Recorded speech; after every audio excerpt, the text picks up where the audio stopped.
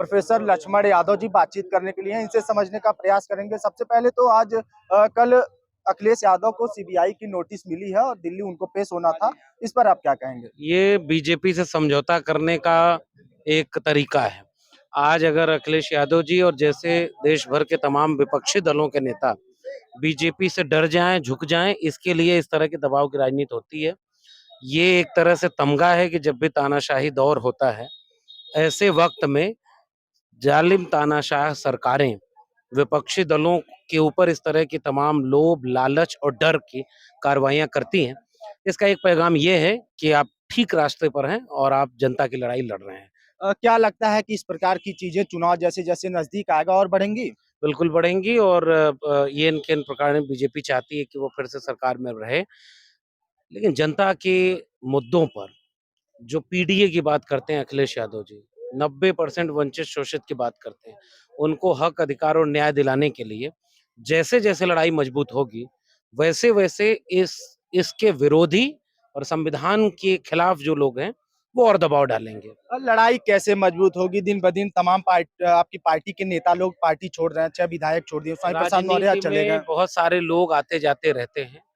कोई दल देश का ऐसा नहीं है जो ये दावा करे कि उसके नेता किसी दूसरे दल में नहीं गए या दूसरे दल के नेता किसी उसमें आए नहीं। विचारधारा की लड़ाई है, जो विचारधारा के साथ है वही बचे, ये भी अच्छा है।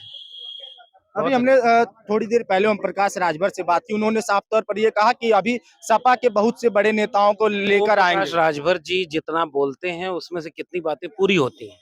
ये तो उनका बोलना ये है कि खबरों में बने रहें।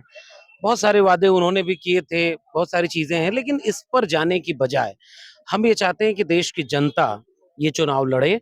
नेताओं की भूमिका ये होगी कि जनता के पक्ष में कौन है, जनता के खिलाफ कौन है। एक अंतिम सवाल का जवाब दीजिए। छात्रों के पेपर लीक हो जा रहे हैं, युवा सड़क पर है। एक युवा से हमने बात की, काफी नाराजगी भी देखने को मिली। क्या लग रहा है इन मुद्दों का असर कितना इस बार चुनाव में पड़ेगा?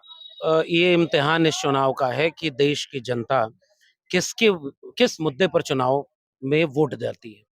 महंगाई, बेरोजगारी, नौजवानों के शिक्षा, अभी 6800 शिक्षक भर्ती वाले लोग हैं, उनमें नेताओं को उठा लिया जो लड़ रहे थे, जेल में डाल दिया। उसमें दलितों, पिछड़ों का हक मारा गया तो सबका मारा गया। विद्यार्थियों के पेपर लीक हो रहे हैं। 45 साल में बेरोजगारी सबसे ज्यादा है। इस तरह के सवाल अगर जनता के सवाल बन जाते हैं, तो ये लोकतंत्र के लिए अच्छा है। अगर धर्म के नाम पर, जाति के नाम पर चुनाव हुआ, तो वो ठीक नहीं है। न्याय, अधिकार और हक के नाम पर चुनाव हो, मुद्दों के आधार पर चुनाव हो। सपा के नेता तो खुलकर कह रहे हैं कि चुनाव 85-15 का इस बार होगा। वो तो न्याय की बात है। जिसको जितना संख्या है उसको उतना हक मिले। उसमें धर्म और जाति नहीं है। जब विभाजन जाति के नाम पर है, तो विभाजन जब जाति के नाम पर है, जैसे 6800 शिक्षक भर्ती किस आधार पर हुई? गरीबी के आधार पर।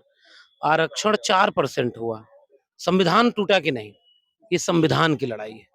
इस देश में जितने दलित, पिछड़े, आदिवासी संवैधानिक रूप से जहां-जहां जितने होने चाहिए, उतने नहीं हैं।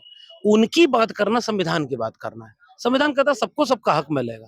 लेटरल एंट्री में 340 लोग जॉइंट सेक्रेटरी बने, उसमें एक भी एससी एसटी 90% के लोग नहीं है, तो ये संविधान विरोधी बात है।